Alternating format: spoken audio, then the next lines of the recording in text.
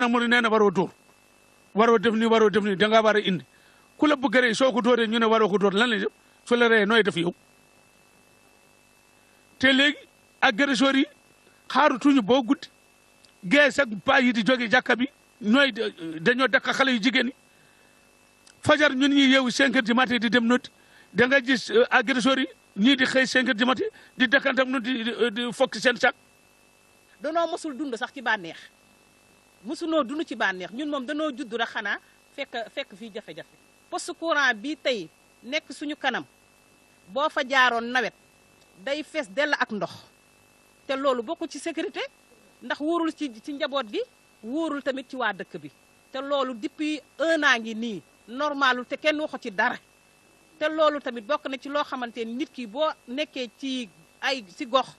da ngay xool sa population lu ñu jànkoonteel ak ci yan problème la ñu nekk benn juróomi kër boo dugg seen télévision bu leen yàlla suturaaloon yenu nañ ko yóbbu kër goo dugg tey daanaka amatul télévision ndax lan ay bandi ñooy dugg ñëw fekk la fi nga ne gaañ la yenu sa télé yóbbu. taw bi su ñëwee nii nawet bi comme ni ñu ko waxee ne am na kër yoo xam ne seeni foos yi day génn ci biti di jaxasoog ak ndoxam taw bi te loolu ñëpp xam ne loolu baaxul ci santé bon bu ñuy libéré Parcelles Assainies dañ ci boole woon assainissement mais depuis bu ñu fi ñëwee ba léegi man maa ngi fi ñëw 2000 te am na ñu fi fekk comme ni ko ñeneen ñu waxee mais kenn assaini wul suñu quartier bi waaw loolu suñu jafe-jafe la. bu ngeen xoolee ñax mii ba teel Kër Massar lépp nit ñee ko dëkke woon am nañu ko wax jàkk jene bi ñu ko taxawal xamuñu woon ne place ndox la te ni ruuxu ko woon li ko wër yëpp doo feesoon dell ak nit léegi nag daanaka ndox maa ngi ko bëgg a nangu li ko wër yëpp ndox la boo duggee ci biir jumaa ji da nga gis miir bi jëng ci gis yéexate loo xam ne da nga xam ne lii ndoxoo ko waral liñ bëgg nag lenn la autorité yi fu ñu yaakaar rek bind nañ ko waaye ba gis amaguñ tontu amaguñ dimbal gannaaw buñ ci yaakaaree yàlla ak yonent bi alayhi salaam yaakaar nañ leen ci ak képp koo xam ne rek am nga ci man-man dimbali ñu li laay war a sóoli liñ gën a bëgg mooy bëgg nañ ko karal ba mu daj kap bëri nañ ay moket bëgg nañ ay moket te léegi ci néegu yàlla ku ko xamoon lépp loo am danga ko ci def. li waral boobee ñàkk kaaraange moo di rek lu jëm ci wàllu éclairage public bi nga xamante ni matewu fa. éclairage public parce que sooy xool tam ñun fii am nañu problème bu mag a mag ci côté boobu mel na ni duñu verser mairie mel na ni duñu fay parce que tam wax dëgg fa yàlla commune soo cay dugal sa alal bi dafa war a dellu ci yow sooy xool fii timis su jotee kenn sañatul génn sa kër il suffit rek timis timis sax bëri na. takkusaan su jotee kenn sañatul génn sa kër parce que éclairage bi amul mbedd yi dafa ñuul kuk parce que lampe yi mairie duñ leen taal wala sax duñ ko ci def sax faf donc loolu mu nekk problème boo xam te ne Parcelles Assainies yi Kër Massar daf koy faral di am. ñuy ñaan ngir yàlla maire bi ndax yàlla mu jóg ci parce que on parle de compétences transférées donc yu ñu nit lu ñu war ak mairie bi ñu ngi koy def. donc mairie bi tam daf ñu war a delloo suñu cër bi ñu moom muy au moins taalal ñu lampe yi ñuy mën di xàmmee ak ràññee ñiy dugg ak ñuy génn ak luy xew ci quartier bi. éclairage public bi ñaari niveau la niveau bi mooy lumière bi am na ay mécènes ñoo xam ne ay nit ñoo xam ne ñoo nekk ci koñ bi yàlla am na lu mu leen suturaal poto lampe yi nekk seen booru kër dañuy woo benn électricien mu ñëw defaral leen am na lampe boo fi gis muy tàkk. ku dëkk ci koñ bi moo ko taalal boppam boo fi gis muy tàkk ci biir unité 16 rek ku dëkk ci koñ bi moo dem wuti ampoule am indi ay feram def ci ñi def ko gisuñu ci mairie gisuñu ci kenn sollicité na leen bañ na am nañ poto lampe yoo xam ne aussi dañu daanu contacté nañ Senelec ñëw nañ fi biñ fi mujjee ñëw ça fait à peine 2 mois 3 à 4 fois ñëw nañ fi ma won leen poto lampe yi ñu naan danañ ñëw ba tey ba sànq ba pare insécurité bi fi am fii léegi comme que sàcc yi li ñu koy waxee xeebuñu dara fil yi benn fépp fil électrique bu fi def 30 mètres ñëw nañ jël ko bu ñëwee ba dugg ci jumaa ji sàcc ampli bi sàcc climatiseur morgue bi sàcc fil électrique bi ñooñu xam nga duñ bàyyi kenn donc problème sécurité bi aussi am na ci. li ñu bëgg daal mooy li ñu ku nu mën a dimbale ku nu mën a dimbale ci problème sécurité boobu defaroon nu lamp yi moom bu amee sécurité bi dana wàññeeku dana am lu ci kii. Médina Salam bi daara kaamil bi boo yegg montagne amul benn lampe bu nekk foofu comme délégué Gora Ndawlu ma lampe boo gis mu takk fii xamal ne am na ko amoon xew nga am mbokk boo am nekk seen lekk mu indi la lampe nga taal ci pour nga mën a gis. amuñu dara Kër Massar daal liggéeyuñu dara la ñuy goy te li may wax suma baat bi ci kaw bu ma làkk ko li may ñaan nag président de la république moo ñu mën a dimbali Macky Sall. mais jigéen ñi la ñuy tëddee jigéen ñi la ñuy agressé ndax lan ndax xam nañu jigéen amul doole kon nag loolu ñu ngi ñaan ñu dimbale ñu ci ñu jàppale ñu ci ndax jigéen xam nañ ne su sañoon kenn ku nekk su sañoon da ngay mënal sa bopp rawatina ak jigéen mais bu fekkente ne yow yaa ngi nekk ci gox te gox bi amul lumière depuis bi nga fi dikkee ba léegi parce que man def naa fi 17 ans ak ñi nga xamante ni fii laa leen fekk te kenn mësul wax ne fekk nga ay lampe di tàkk ci gox bi kon kooku loolu amul njariñ poste courant bi jour bu nekk dina couper 6 fois wala 5 fois te boobu ba léegi nag ci jànkonte boobu la ñuy dund boobu ba léegi ci jànkonte boobu la ñuy dund loolu nag kon dimbalew ñunu ndax nit ki bu fekkente ne yaa ngi koy dimbale da ngay jéem nga xool lu muy dund ak lu muy jànkonteel mais ñun daal à part daal suñu doole bopp gisuñu leneen. électricité chaque jour day am coupure chaque jour à cause du poste courant bu ñu teg fii chaque fois day coupé mais maire moom moo fi nekk mais bu demul si nit ñi bu duggul si yox yi mais dem si nit ñi dafa yomb les représentants des chefs de quartier qui sont là mais pourquoi pas les convoquer. poste courant bi léegi délestage bu mu def dafa ëpp parce que attanutut compétence am attanutut léegi unité 16 beeg li ko wur parce que lu mu yenn loogi dafa bare bon bés ba nekk daañu am la mat 5 fois wala 6 fois délestage yoo xam ne vraiment day dem dellu ci day yàq suñuy appareil bon loolu moom ñu ngi si ñaartu bu baax a baax autorité pour ñu ñëw ñu régler ñu ko. suñu poste bi Seyna bu ñaan wax na ko sànq poste bi nga xamante tey 6 ans mu ngi am problème.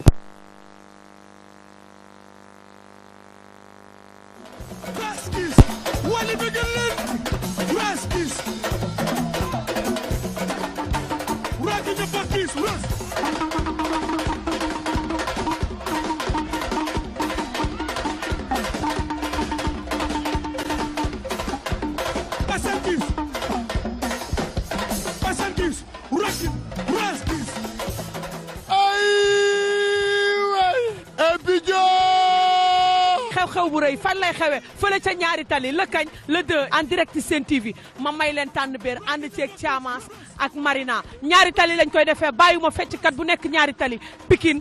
Guédiawaye xale les gazelles fecckat yëpp Oumou Sow Ndeye Gueye Junior Aïda Dada Ndeye Gaye Siri Fatou Waré Kiné Badiane jékki-jékki indil ñu marché bi nga xam ne dañ ko déplacé indiwaat ko fii insécurité bi kër yu marché bi jege problème yu ñuy jàkkoonte chaque mercredi yàlla rek ak yenent bi ñoo ko xam loolu aussi maa ngi ñaan le maire na ko seetaat.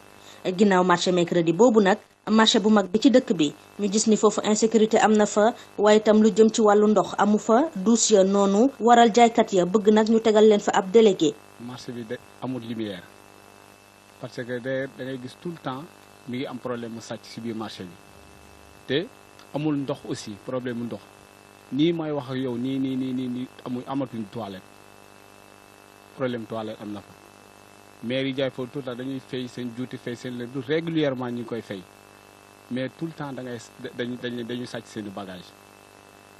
beneen bi aussi mu nekk problème mu délégué commission moo fi nekk parce que délégué bi fi nekk dañ ko fi jëlee andi fi commission ba léegi kenn xamul lan lañ fi liggéey nit ñaa ngi fay am na place yu fay 3000 ñi di fay 1500 ñi di fay 2000 mais buñ ci fay gardiennage le reste de l'argent kenn du xam fu mu féete parce que non seulement li marché bi di collecté ci xaalis moo war a defar toilette yi te nii ne xam nga marché bu toll ni marché central unité 11 amul toilette loolu kenn xamul lan la. marché unité 18 bu nekk fii bu coiffé toutes les Parcelles Assainies dañuy fay juuti mais l'argent que les commerçants donne au niveau de la commune mais war na retourner encore ci mairie bi pour def des aménagements comme ça nawet bu ñëwee mu bañ a taa ñi jaay parce que nawet bu tawee fii man sax du ma ñemee dugg marché parce que non seulement day bëri ndox. yenn saa yi ngir ñu jàmmaarloog sax defkatu ñaawteef yi ci bile gox day jafe loolu ndaxte bu ñu woowee gendarmerie la ñu wax moo di ne balaa muy egsi dafay tardé. gendarmerie da nga leen di woo dana ñëw léegi-léegi du ñëw wala buñ ñëwee boo jàppee sàcc fii boo leen wooyee bu la ñoo ñëw dana doon ay 2 heures 3 heures ndakam dana ñëw sax yooyu yëpp ay insécurité man indi nañ sàcc suma kër ma voyagé sama doom dem fa woo leen ñoo ne ko ñi ngi ñëw presque 3 heures de temps ñëwuñu le lendemain bi ñu jëlee benn gendarme bu ñu nekk fii moo ànd ak suma doom ñu yóbbu ñu dem foofu ñu bëgg leen a créer problème donc nun dañu obligé nun les délégués quartier des fois dañuy am problème boobu. fii ñu bëri ci askan wi dañuy naan ndoxu teen ne robinet yi matew ko. ndox bi si vous allez à travers de Boune il faut commune bi jël initiative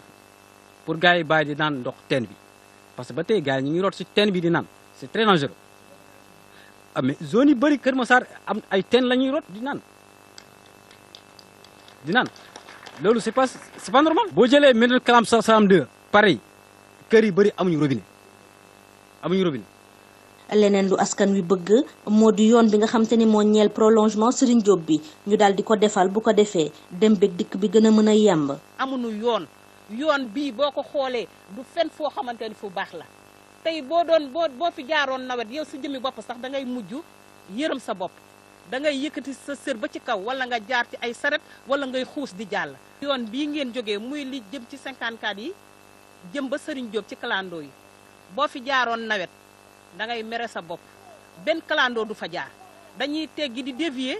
di jaar ci buntu kër yi di mbëkkante xale yi te loolu yaakaar naa lu ñu war a liggéey la. tali bu mag bi nga xam ne bi tey moom moo jëm jóge ci 54 bi jëm ci Quincaillerie Serigne Diop bon tali boobu dañuy ñaan ñu ñëw defaral ñu ko parce que dañ fi indi marché bi nga xam ne bi mooy marché àllarba bi nekkoon Kër Massar te léegi su demee ba nga xam ne marché bi installé na dana dem ay oto yu bari dootuñu mën a jàll parce que dafa am suuf dañuy njuroo wala ñuy nekk di mbëkk ay nit vraiment loolu moom rafetlu ñu ko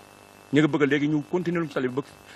Quincaillerie Serigne Diop. lenn moo ñu dese Kër Massar fonctionnaire yi xew yëpp ak sax ñuy dem ci privé bi ñuy xëy di génn di dem Dakar di liggéey wallahi al azim chaque jour balaa ñuy dugg seen 18h da nga quitté 14h 16h di nga quitté Dakar mais soo ñëwee loo daw ci péage bi soo ñëwee fii 20h fekk la fi muy entrée Kër Massar bi waay ñu ngi ñaan la maire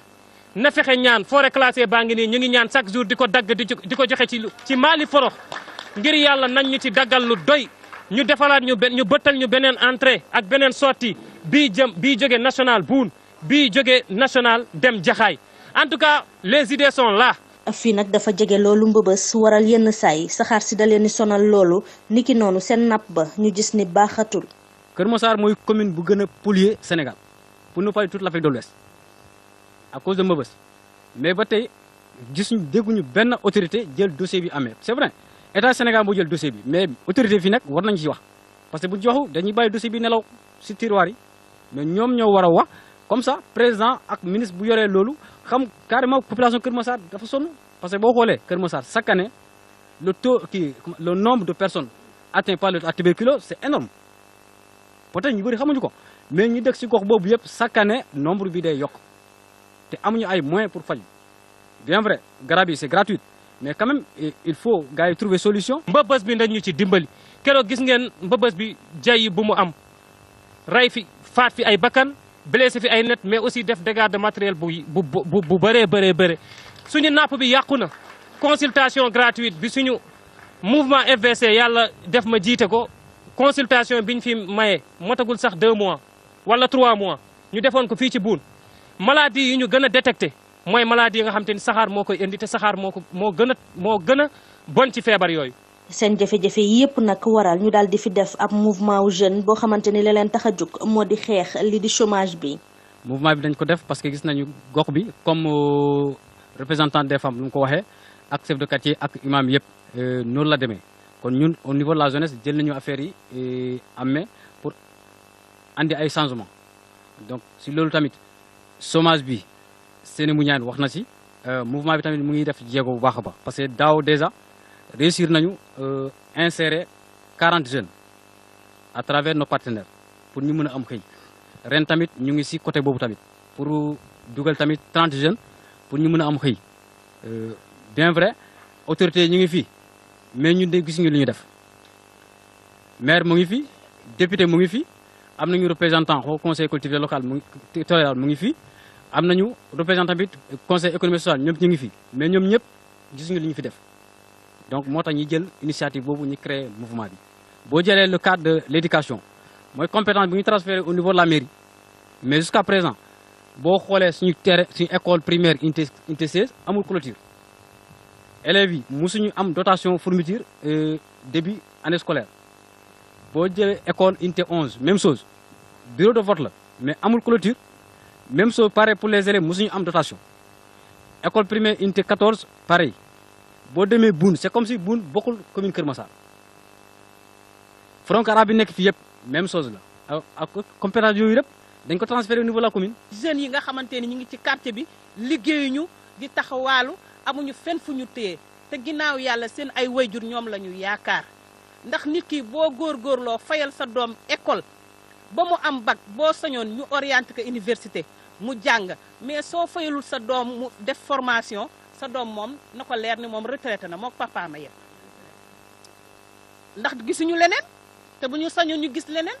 ndax kuy ñaan yàlla da ngay ñaan yàlla say doom awu la mais yow kër goo xamante ni à part baay bi yaay bi rek la keneen bokkul waa bu yaay amatul doole ak papa amatul doole kon fu nu jëm kon nag loolu yëpp si suñuy jafe-jafe la bokk suñu sañoon ñu dimbale ñu ci. mais ni ko soxna yi waxee ba léegi kër yi ñun noo ko yor parce que xale yi bëgg nañu liggéey nangoo nañu jàng mais amuñu moyen am na ñoo xam ne dañuy am bac kenn du leen orienté université seen i parents amuñu li ñu leen fay leen formation te ñëpp xam ne léegi dëkk bi soo deful formation pour nga am fa nga liggéey day jafe. ñaax daal si autorité du ma tudd kenn mais ni ñu ñëw gestu Kër Massar parce que amul kenn ku fa mës a taxaw comme ni ñu ko waxee ba ñëw rek def rencontre bi ngeen def yéen nii laaj ñu suñu jafe-jafe. ay jigéen ñi nga xamante ni dañu def seen ay cantine di fay la mairie 10 000 francs te kenn amu ci reçu bi marché bi nekkee marché ba tey les marchands ambulants les cantines ñu ngi fay chaque fin du mois 10 000 francs di fay chaque jour 100 francs te amul kenn ku la mën a ne sama reçu mu ngi nii loolu. jigéen ñi ci seen wàll itam ña nga yuuxu wàllu ci ñàkk ndimbal gi ñu dëkkee. jigéen ñi liggéeykat lañu jàmbaar lañu ñefekat lañu xaaruñu kenn ci dara lépp lu ñu mën a xalaat ni dana leen teral rek jigéen ñi ñu ngi ci. kon nag nañu gëstu jigéen ñi nañu gëstu waa Kër Massar. leneen lu ñu xamle itam moo di ne seen maire du saafonteeg ñoom. maire boo xamante ni mosoo ko gis mosul ñëw taxaw mosoo ko gis mosul ñëw taxaw ci sa quartier mosul ñëw ni la lan mooy seen problème mosul ñëw ni leen lan mooy seen jafe-jafe kooku yow yaay kan soo nee maire nga tamit yow yaa jàppe sa bopp maire mais sa peuple xamuñu ni maire nga. maire day xool askan bi ci lan la ñu nekk rawatina ak jigéen ñi mais maire boo xamante ni day dugg biroom toog loolu du maire dañ leen fi teg pour soxla askan bi dañ leen fi teg pour jafe-jafe askan bi loolu moo tax ñu am ci ñoom yaakaar ba teg leen fa waaye maire boo xamante ni boo ko bëggee gis sax yow danga naan damay fanaani fu mu nekk ba xam ndax dinaa ko gis te boo fanaanee sax du tax nga gis ka man xaw ma maire ku xees la xaw ma ku ñuul la. defoon nañ tout pour gis monsieur le maire def suñ benn pétition yóbbu ko déposer au niveau de la mairie pour mu recevoir jusqu'à présent recevoir te yaakaar naa ne maire moo ñu fi nekkal comme maire moo fi nekk ñun bu ñu amee problème si marché moom lañ war dem directement dis ko suñ soxla jusqu'à présent kenn xamul plus de 3 semaines mënuñu recevoir xam nga ngay liggéey aussi am sa tuuti ñoo investir si marché bi dem ba commencé taxaw ñu sàcc sa bagage doo am foo koy jooyee parce que boo demee dañu la demal ci commission boo demee ci commission bi ñu ne demal ci kii boo demee ci kii ñu ne la demal ci kële ñu expliquer ko mais ñu ne il faut pour loolu mën a situation mën a régler il faut ñu am délégué bi ñu demee nag di wax problème mu délégué maire nañu dañuy def benn pétition déposer ko au niveau de la mairie man maa ànd ak sama gars ñu def collecté benn pétition déposer au niveau de la mairie mais jusqu'à présent maire réagir man damay laajte est-ce que maire ñun la fi nekkal wala boppam la fi nekkal yow yaa ñu ko demande pour ñu am délégué ñu bind suñu pétition yóbbu fa pour ñu fal délégué ba léegi gisuñu la réagir defoo dara kon kay dama ne sa bopp nga fi nekkal kon xaalis bi ñu collecté fii yow loolu rek nga gis loolu nga fa am intérêt waaw loolu mooy intérêt. maire mu ngi fi bu wootee Abuja woote ah moi je pense que Abuja dina gën a am nit waaw parce que kenn mbëri ñëpp ñu ngi ci moom Kër Massar fii fu mu dem bu yëkkatee loxoom kenn du ko wàcce. suñu délégué quartier mu ngi nii toog fi kenn faalewu ko te fii ku fi falu rek ñun unité 16 ñun ñoo la fal ba ci Macky Sall ba ci foo gis rek ku fi falu ñun ñoo la fal waaye ñun teguñu ñuy dara 96 lañ fi ñëw ànd ak suñu borom kër yi boobu fii àll kesel amul dara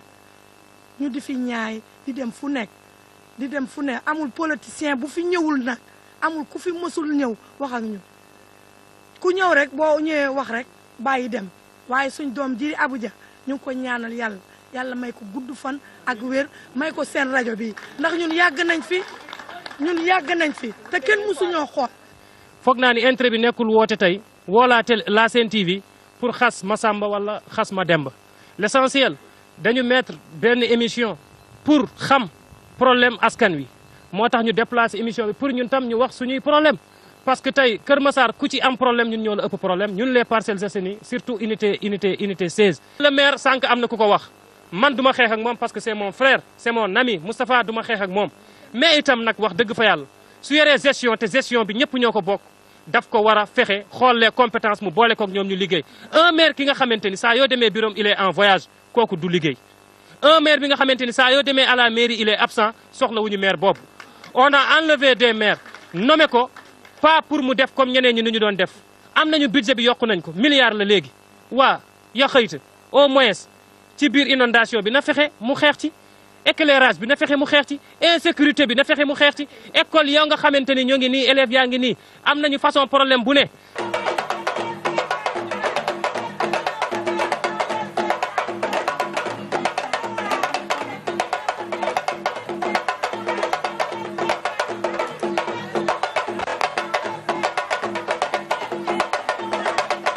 mbokk yi xarit yi ñu seetaan mu doonoon kon seen émission sama gox mon quartier fii ci Kër Massar unité 16 bu Parcelles Assainies di jaajëfal bu baax nag ki nga xam ne moo di Assane Fall ci wàllu caméra bi waaye itam As Gueye ci logistique bi niki noonu maa di ci montage bi Sen TV di leen dig daje ci beneen gox demati xoon askan wa nañu toogee la leen neex ak la leen naqari ca fa ñuy dund.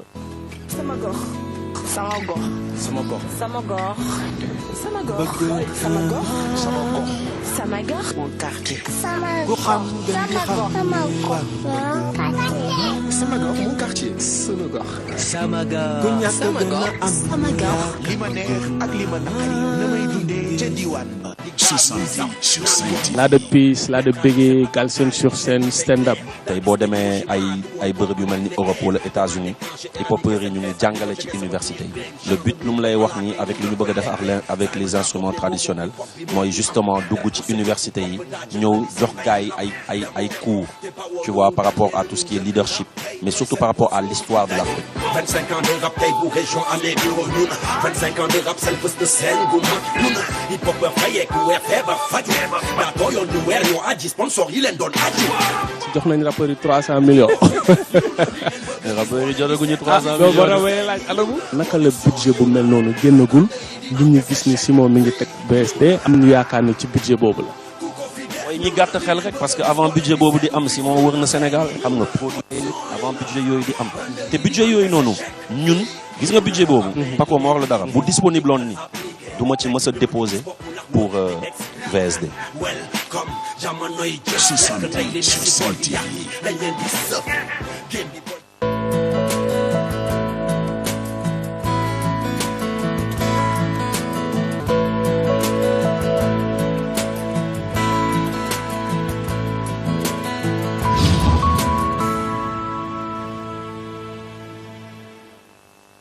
Chers téléspectateurs, bonjour, bienvenue dans cette nouvelle édition de Sen Santé, numéro dans lequel nous parlerons de la goutte. Lan mooy goutte, lan mooy indi goutte et puis nit ki nga xam ne goutte bi en tout cas naka lay def ba moytu crise de goutte yooyu noonu mu nekk une maladie rhumatismale chronique donc ñuy ànd ci waxtaan bi ak docteur Saloum Cissé. Il est donc généraliste, initiateur de la clinique Yaye Natou des Almadies. Il est aussi praticien aux États-Unis en tant que médecin généraliste. Bonjour. Bonjour Bintou. Voilà docteur comme ni ñu ko waxee rek tey ñuy waxtaanee goutte mu nekk feebar boo xam ne une maladie. ba mu daj kap bëri nañ ay moket bëgg nañ ay moket te léegi ci néegu yàlla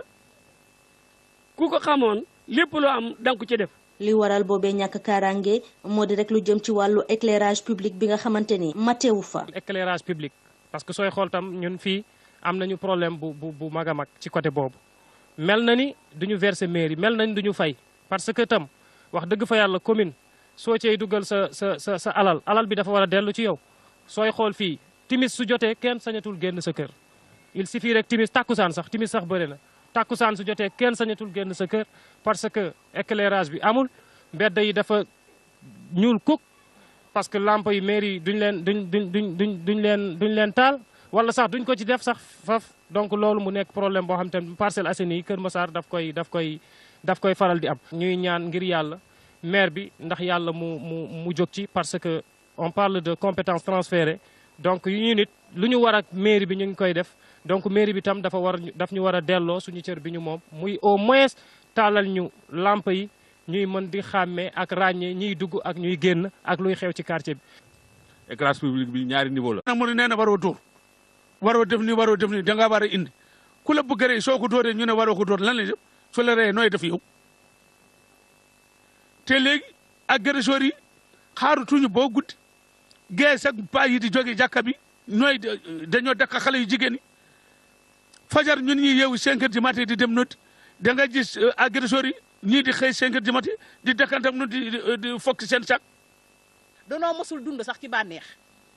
mosunoo dund ci bànneex ñun moom danoo judd rek xanaa fekk fii jafe-jafe poste courant bi tey nekk suñu kanam boo fa jaaroon nawet day fees dell ak ndox